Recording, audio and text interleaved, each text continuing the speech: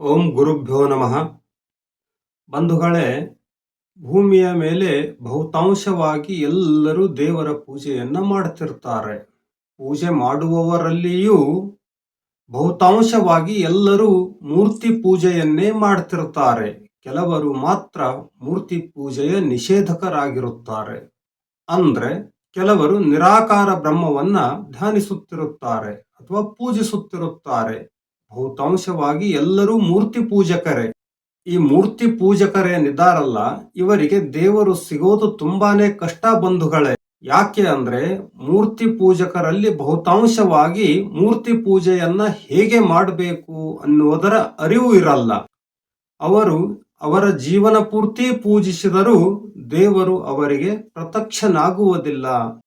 ಯಾಕೆ ಅಂತ ನೀವು ಕೇಳಿದ್ರೆ, ದೇವರು ನೆನೆದ ರೂಪದಲ್ಲಿ ಅಥವಾ ನಾವು ಕಂಡ ರೂಪದಲ್ಲಿ ನಮಗೆ ಪ್ರತ್ಯಕ್ಷವಾಗುತ್ತಾನೆ ಎಂಬ ಮಾತಿದೆ ಬಂಧುಗಳೇ. ಆ ಮಾತು ನಿಜವೂ ಕೂಡ ಆಗಿದೆ. ಅಂದ್ರೆ ನಾವು ಯಾವ ರೂಪದಲ್ಲಿ ದೇವರ ಧ್ಯಾನವನ್ನು ಮಾಡುತ್ತಿರುತ್ತೇವೆಯೋ ಅಥವಾ ಯಾವ ರೂಪದಲ್ಲಿ ನಾವು ದೇವರನ್ನು ಕಾಣುತ್ತಿರುತ್ತೇವೆಯೋ ಅದೇ ರೂಪದಲ್ಲಿ ಭಗವಂತ ನಮಗೆ ಒಂದು ದಿನ ಪ್ರತ್ಯಕ್ಷವಾಗ್ತಿರ್ತಾನೆ. ನಿಮ್ಗೆ ಗೊತ್ತಿದೆ ಬಂಧುಗಳೇ, ಮೂರ್ತಿ ಪೂಜಕರಲ್ಲಿ ಕೆಲವರು ಫೋಟೋಗಳನ್ನ ಅಥವಾ ಭಾವಚಿತ್ರಗಳನ್ನ ಅಂದ್ರೆ ದೇವರ ಭಾವಚಿತ್ರಗಳನ್ನ ಇಟ್ಕೊಂಡು ಪೂಜಿಸ್ತಿರ್ತಾರೆ.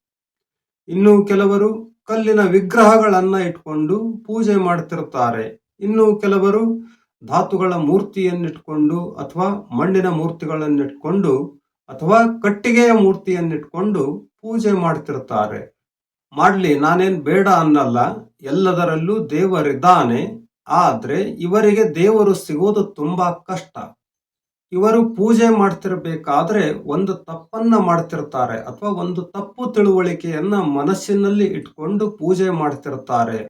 ಅದಾವುದು ಅಂದ್ರೆ ಕಲ್ಲಿನ ವಿಗ್ರಹಗಳ ಪೂಜೆ ಮಾಡುವಾಗ ಅದನ್ನು ಕಲ್ಲಿನ ವಿಗ್ರಹವೆಂದೇ ನಂಬುತ್ತಾರೆ. ಫೋಟೋಗಳನ್ನ ಅಥವಾ ಭಾವಚಿತ್ರಗಳನ್ನ ಇಟ್ಕೊಂಡು ಪೂಜಿಸುವಾಗ ಅಥವಾ ಧ್ಯಾನಿಸುವಾಗ ಅದನ್ನ ಫೋಟೋವಾಗಿಯೇ ಅಥವಾ ಭಾವಚಿತ್ರವಾಗಿಯೇ ಕಾಣ್ತಿರ್ತಾರೆ.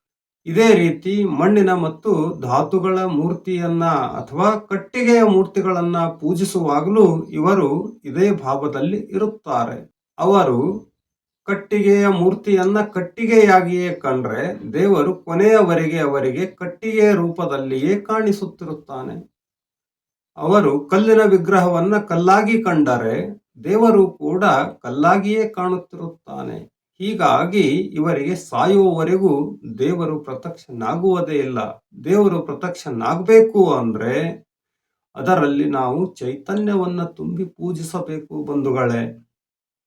ಅಂದ್ರೆ ಅವರಿಗಿಷ್ಟವಾದ ದೇವತೆಗಳು ಅದರಲ್ಲಿ ಜೀವಂತವಾಗಿದ್ದಾರೆ ಎಂದು ಭಾವಿಸಿ ಪೂಜೆ ಮಾಡಿದ್ದೇ ಆದ್ರೆ ಕೆಲವು ದಿನಗಳಲ್ಲಿ ಅಥವಾ ಕೆಲವು ವರ್ಷಗಳಲ್ಲಿ ದೇವರು ಖಂಡಿತ ಪ್ರತ್ಯಕ್ಷನಾಗ್ತಾನೆ ಎಂಬುದೇ ನನ್ನ ಮಾತು.